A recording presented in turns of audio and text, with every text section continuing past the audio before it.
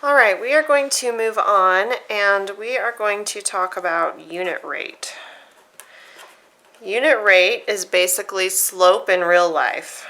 So when you hear unit rate, think about slope. So we're going to apply slope, or our rate of change, right? Slope is a rate of change. We talk about being a movement along the line. So you're going to hear that in everyday real-world problems, rate of change. So I want you to think of slope when you're figuring that out, okay? So let's see, I'm trying to a little bit. All right, so here we have a problem. And you'll notice some things that are new and different about these problems. We're going to have our x and y axis labeled, not just x and y. So here we have distance versus time. And also you're going to find that that the units on the graph, like up here, there's just 1, 2, 3, 4, right? Just one per line here.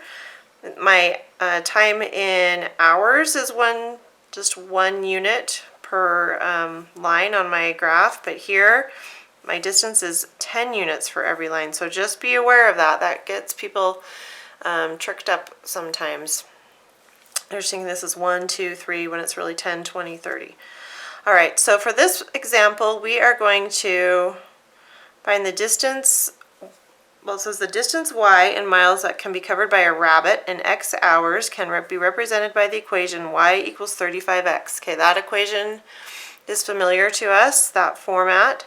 The distance that can be covered by a grizzly bear is shown on the graph. So what I have here is I am going to find which animal is faster. So which has the greatest rate of change, right? Who goes more miles per hour faster? All right. So here, this is going to be my slope. When I look at that equation, we know the slope comes right before the x. That is going to be 35 miles per hour. That is my rate of change. So the unit rate here, 35 miles per hour for the rabbit. Okay, it gave me the equation for the rabbit. I can find the rate of change, 35 miles in 1 hour. Okay, so but I have a graph of the grizzly bear. Well, we've been practicing this and we know how to figure out the slope of a line, right, from a graph. So I just figure out my rise over my run between 2 points. Okay, so my rise is 30, my run is 1. So my rise is miles, so for the grizzly bear, it's 30 miles, and my run was 1 for every 1 hour. Okay, so who goes faster? A rabbit, which is 35 miles an hour, or a grizzly bear that goes 30 miles an hour? That's right, my rabbit is faster because 35 is greater than 30. So my rabbit is faster. All right, let's keep going. Let's try another example. Okay, this is on that was page 183 in your book. This is page 184 in your book. We're going to do this check problem. Okay, this is about heartbeats are my y-axis. My x-axis is time in seconds. Okay, notice that this is going up by 2s, 2, 4, 6, 8. Okay, so I'm going to compare the slope, or the unit rate, of a dog's heartbeat to a cat's heartbeat, or heart rate, sorry, dog's heart rate to a cat's heart rate. So it said my dog's heart rate can be represented by equation of y equals 1.5x. Basically, I'm just going to see which has the greater unit rate or slope. So I can pick out the slope here.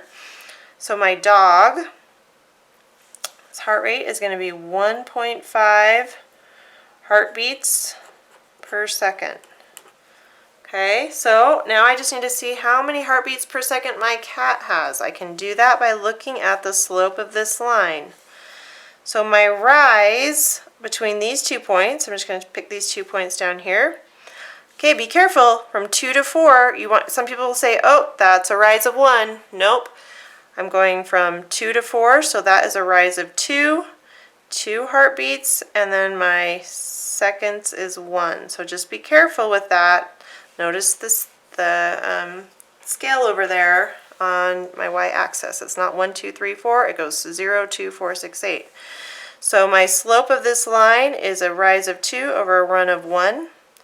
So that means my unit rate is 2 heartbeats per second. So who goes faster, the dog or the cat? Yep, the cat's heart rate is faster. Okay.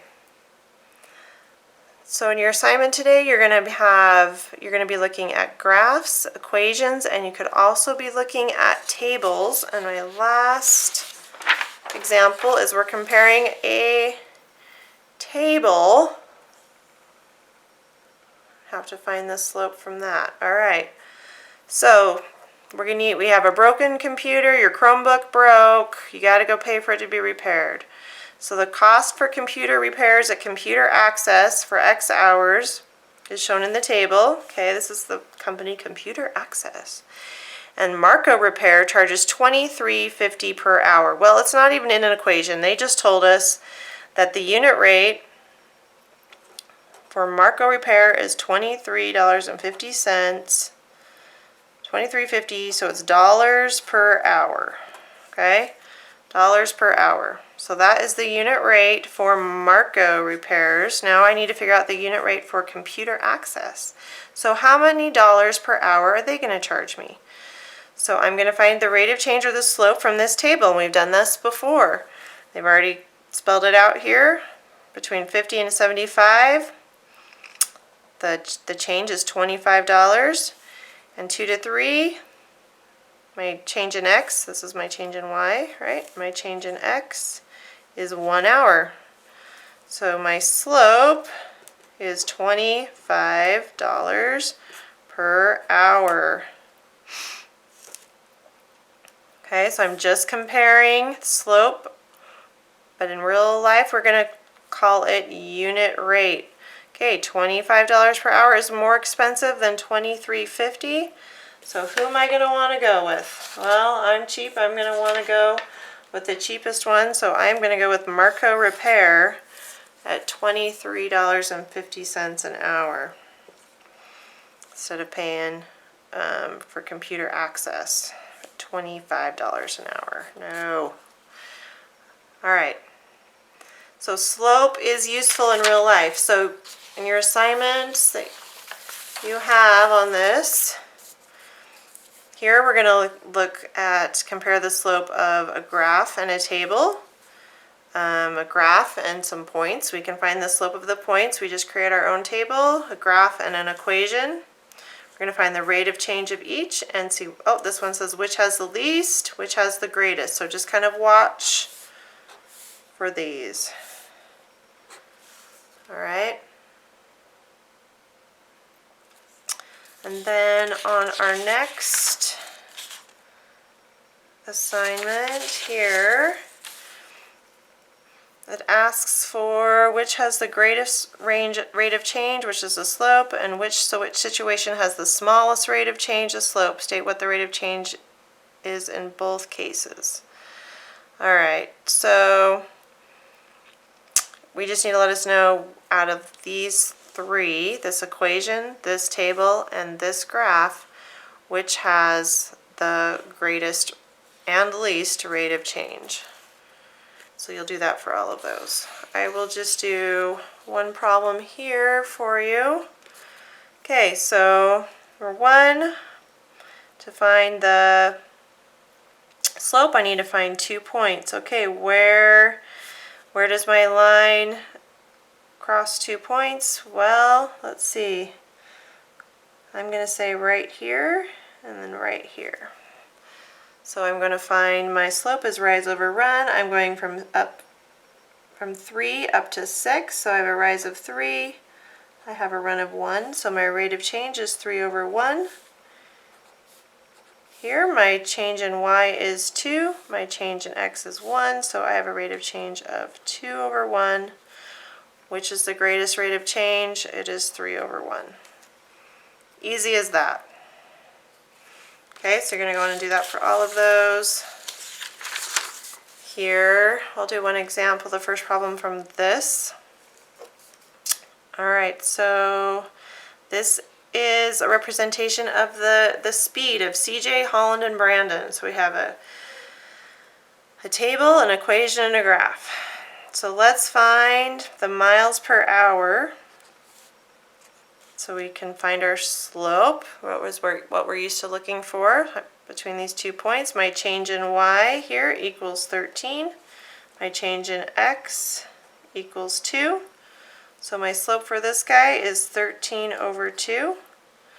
So for CJ, my slope for Holland is 6. So 6 over 1. This is in miles per hour. All right, miles, and this is hours. Miles and hours. Then Brandon, let's see for Brandon. All right, he's got, looks like he crosses the axis 0, 0, right? So when you start at 0, 0, but then he can run, the rise is 7, my run is 1. He can run 7 miles per hour.